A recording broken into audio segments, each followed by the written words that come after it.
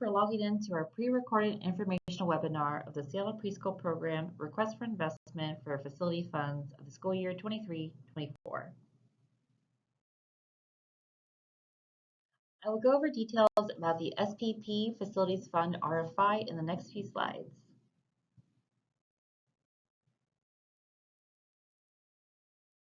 The deal offers two types of facility development funds to expand access to SPP. Some of you might be thinking of HEAD or have previously benefited from pre-development services, our first program. I highly encourage you to not yet look into this, to do so if you're interested in future capital projects. You can sign up and we'll match you with an architect. However, if you haven't already started working with an architect, there's likely not enough time to make this year's RFI submission. It's never too early to start, so if you're ready for next year's RFI, please sign up today. Okay, and our second funding opportunity, which is what this webinar is about, is our Provider Facilities Fund.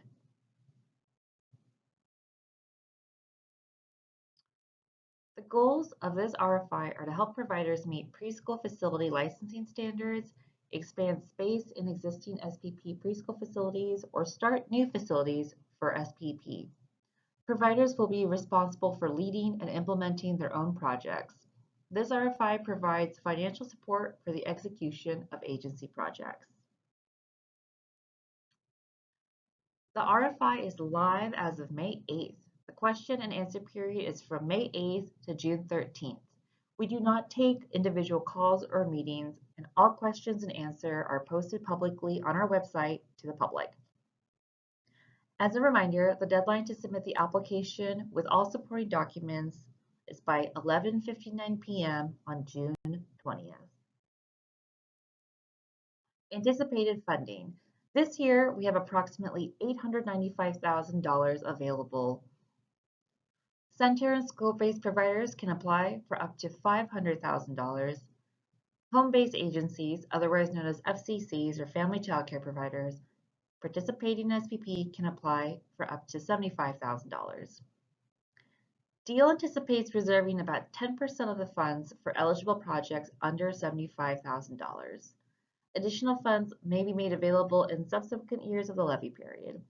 The city reserves the right to reject all proposals and the right to negotiate with an agency or provider as the following: regarding the amount of funding provided, which may differ from the amount requested in the proposal, terms or conditions of awards resulting from this RFI process.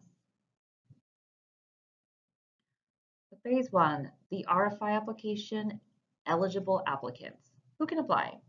An agency must be under contract with DEAL to provide services for SPP or pathway. An agency cannot be on a corrective action plan. Any agency or project deemed ineligible will be disqualified and the proposal will not be reviewed or evaluated. As a condition of receiving funding, a successful agency will be required to enter a contract with DEAL and follow the contract conditions outlined in the RFI. Proposal requirements. At this point, it may be helpful to download the RFI and supporting application attachments and follow along with the slides. On page 1 to 2 of the RFI lists basic requirements for all proposals. The first one, funds must be used to improve or expand preschool-related space.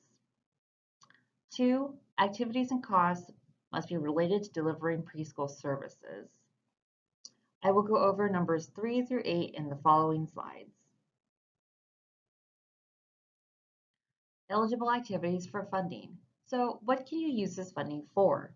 Construction, renovations, rehabilitations of child care facilities, design, construction, renovation, or rehabilitation of outdoor space, soft costs that are usually associated with design, project management rates, as well as permitting fees, and they must be for the preschool portion of your project. ADA compliance is also eligible. Ineligible activities for fundings, so things that this fund is not for, are listed in the following bullet points. Renovations not connected to the child care facility for use of SPP, renovations of toddler or infant classrooms, acquisition of existing land or facilities, deferred maintenance or repairs, and the purchase of equipment or furnishings. However, playground equipment is eligible. Pathway and SPP participation. If you're a current pathway provider, you'll need to commit to participating fully in SPP by the following school year. If the project is not complete by the start of the school year, the agency will delay opening SPP programs until the following school year. So be sure to look at the school calendar and your construction schedule. Site control. Your proposal must demonstrate that the agency has the legal authority to undertake the proposed project on the proposed property. Please review the site control requirements listed on pages 8 to 9 of the RFI. Site control in the facility, either in the form of ownership or a long-term lease, is a crucial consideration for accessing the facility funds. It's very important that agencies work closely with DEAL so that we ensure your leases and related documents are acceptable before moving forward with your proposal. If the agency vacates the facility or no longer provides the proposed services before filling the city's negotiated contractual terms, the agency may be responsible for paying back the facility's funds. Prevailing wages. Recipients of funds are required to pay prevailing wages. See page 9 of the RFI for more details. This requirement is not applicable if the project activities do not contain a construction component.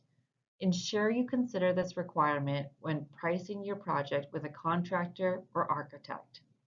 For more information, visit the Department of Labor and Industry's website listed on the slide. Service commitments. Approved agencies are required to provide commitments to use the capital improvements for SPP or pathway. The type and nature of the commitment will vary depending on the level of the award. Please look on pages 6 to 7 of the RFI and Table 3 for more commitment details. In order to provide the city with assurance that the improvements will be committed to SPP, the city will require some form of security of funding for awards greater than $250,000. You can find more information on page 7 of the RFI. Project expenditure and completion. If your proposal is approved, the agency will be required to meet with representatives of the cities to review the project schedule and enter contract negotiations. The grant agreement will outline major milestones for the project, and payment points will be based on milestones. The goal will be to have a final grant agreement within 90 days of the notification of approval. Match funds. If your project is seeking an award of over $250,000, you will be required to have at least 50% of the total project committed from other sources. See Table 4 on page 7 of the RFI for example. Points of the application will be awarded depending on the availability of funds. For example, flood secure, decision pending, funding application to be applied. If your project is seeking an award less than $250,000, then you're not required to have a fund match, and no additional points will be awarded if you don't need to have the fund match. For awards that do require it, DEAL must receive proof of match funds within 12 months from the award notification date. DEAL may request additional documentation. Other criteria.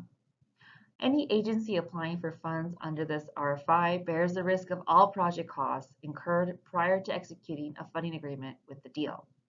An agency should not expect city funds to reimburse activities happening before executing a funding agreement with DEAL. Please look at pages 8 through 10 for other contract criteria.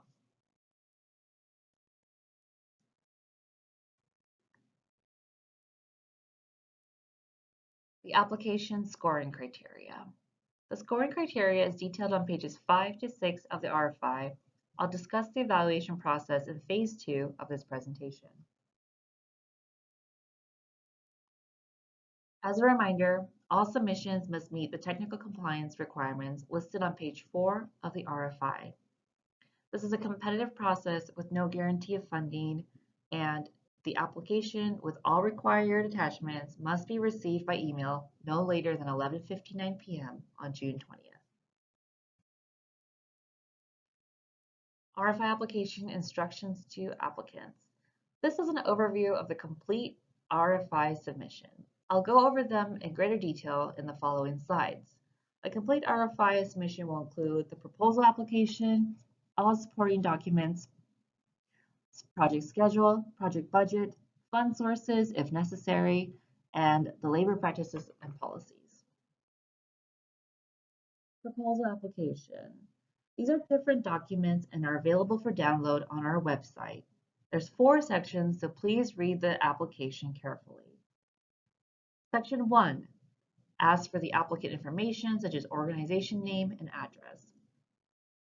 Section 2 requires a little bit of writing. It's a project description, community neighborhood narrative, and project readiness.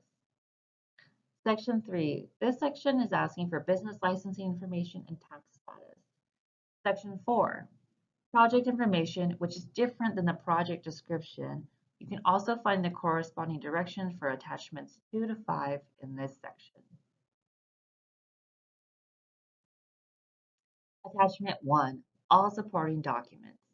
In addition to the application, the RFI requires supporting of documents as attachments, such as zoning analysis, pictures of the site, any designs or other documents to pre-development work, which is not required but highly recommended and done by an architect. Attachment 2, the project schedule. This is available as a download Excel document on our website. For expected time of each task, shade the appropriate cell for the month and year the activity will be completed. To complete the schedule, the proposal will likely need to receive input via the project manager for conversations with SDCI and related parties involved in the project. Attachment 3 is also an Excel document. This lists the project expenditures in appropriate columns according to the fund source you plan on paying the activity with. The facilities funds must be allotted for a specific line item in each approved project. Therefore, when you're preparing this budget, be sure to consider which activities will be paid for with the facilities funds. Project budget should also carry a minimum 15% hard cost contingency. Include all soft costs such as project managers, design, permitting, etc. in the total project budget. Agencies are required to carry general liability insurance coverage as stated in their contracts for SPP or Pathway Preschool services. Please list the name of the individual or organizations that helped prepare or inform your budget. Fund source. These are only for projects that are requesting above $250,000 and require a fund match. On attachment 4, state the fund sources that the agency has available to complete the project. If provider funds are your exclusive funding source, please say that and list both the origin and source of each individual funding stream and dollar contribution toward the project. Labor practices and policies. This is part of the technical compliance and is not scored during the evaluation. The city values agencies that work to prevent labor disputes, which may lead to work stoppages or adversely impact the ability of FEP levy funded programs to achieve intended outcomes. We're looking for this statement in a Word or PDF file.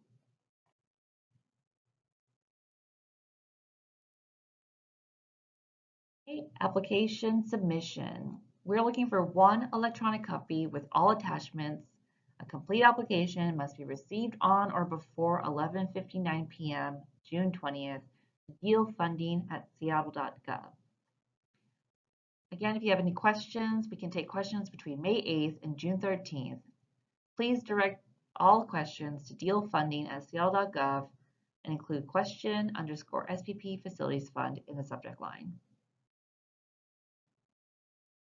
We've covered a lot of information, so I want to be very clear that this application requires a lot of pieces. A complete application will have complete SPP provider funds application, supporting documents listed on page 10 to 11 of the RFI, Attachments 2 to 5 completed on Deal template. All documents and templates are available on Deal's website. Phase 2, Evaluation. At this point, your agency has submitted the complete application with all supporting documents.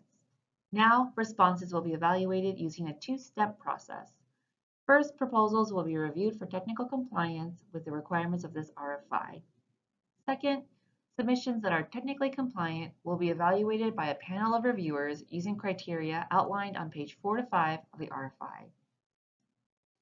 On page 4, there is a checklist, table 1, of the required elements of each proposal. If any of these elements are missing or incomplete, the proposal may not be further evaluated. Deal reserves the right to waive immaterial defects or irregularities in any submission. Follow-up phone calls may be made to obtain additional information.